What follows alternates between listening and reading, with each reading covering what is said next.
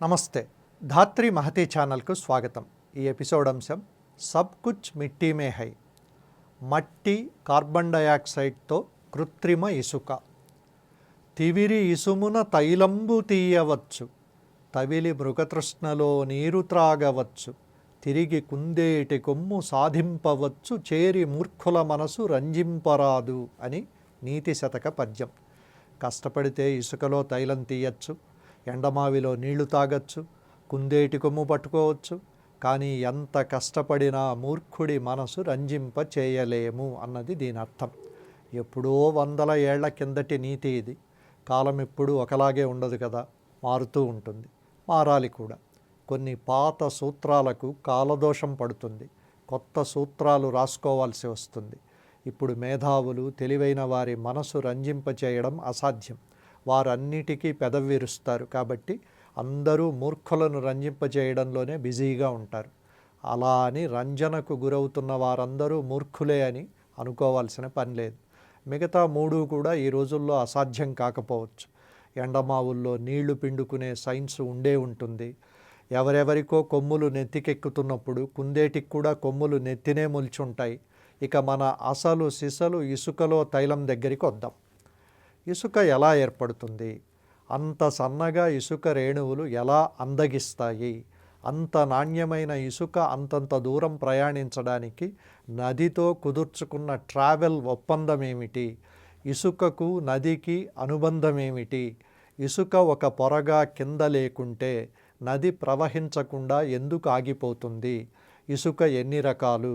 రాతిని పిండి చేశాక తయారయ్యే కృత్రిమ రోబోటిక్ ఇసుక నది ఇసుక కాలి గోటికి కూడా ఎందుకు సమానం కాదు? ఇసుకను తినచ్చా? ఎంత ఇసుక తింటే అరుగుతుంది? ఎంత ఇసుక తింటే అజీర్తి అయి ఉదర సంబంధ జీర్ణకోశ వ్యాధుల డాక్టర్ అవసరమవుతాడు? నదికి ఇసుక నాణ్యతలో తేడా ఉంటుందా? ఇసుకలో కూడా ఉత్తర దక్షిణ భారత వ్యత్యాసం ఉంటుందా?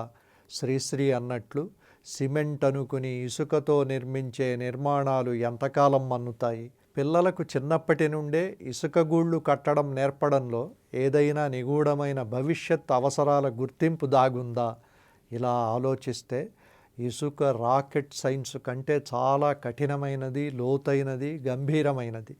ఇసుకే కదా అని పారబోసుకుంటే భవనాల గొంతులు తెగుతాయి. తెలుగు నేల మీద ఎప్పుడూ ఇసుక హాట్ టాపిక్.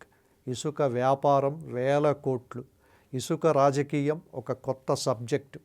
మనకు దొరకనప్పుడు ఇసుక వేదాంతం, అందరికీ దొరకనివి ఇసుక తిన్నెలు. ప్రభుత్వం గుర్తించిన రీచ్లలో ఉండేది ప్రభుత్వ ఇసుక, ప్రభుత్వానికి తెలియనిది ప్రైవేట్ ఇసుక, ఇద్దరికీ తెలియనిది దొంగ ఇసుక. అంటే ఇక్కడ సమాసం సరిగ్గా అర్థం చేసుకోవాలి. దొంగ ఇసుక అంటే ఇసుకే దొంగగా మారిందని కాదు, ఇసుకను దొంగతనం చేస్తున్నారని. దొంగలు దోచిన ఇసుక = దొంగ ఇసుక.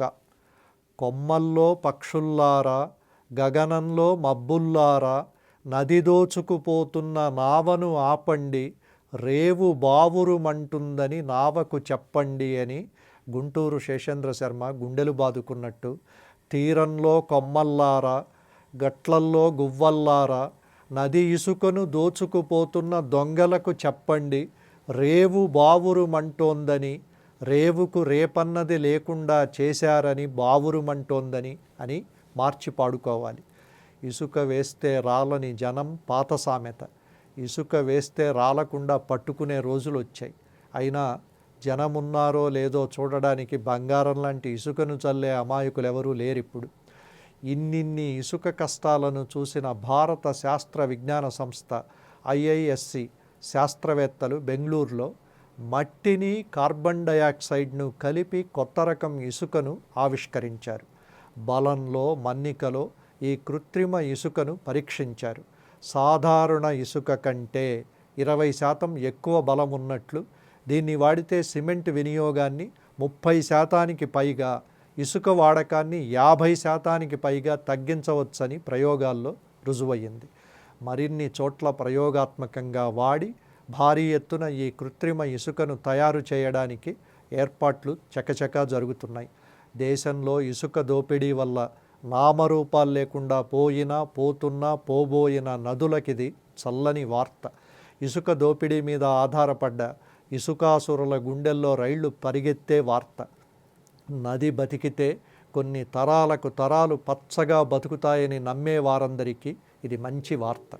మరో ఆసక్తికరమైన అంశంతో తర్వాతి ఎపిసోడ్లో కలుద్దాం. అంతవరకు సెలవు. నమస్కారం.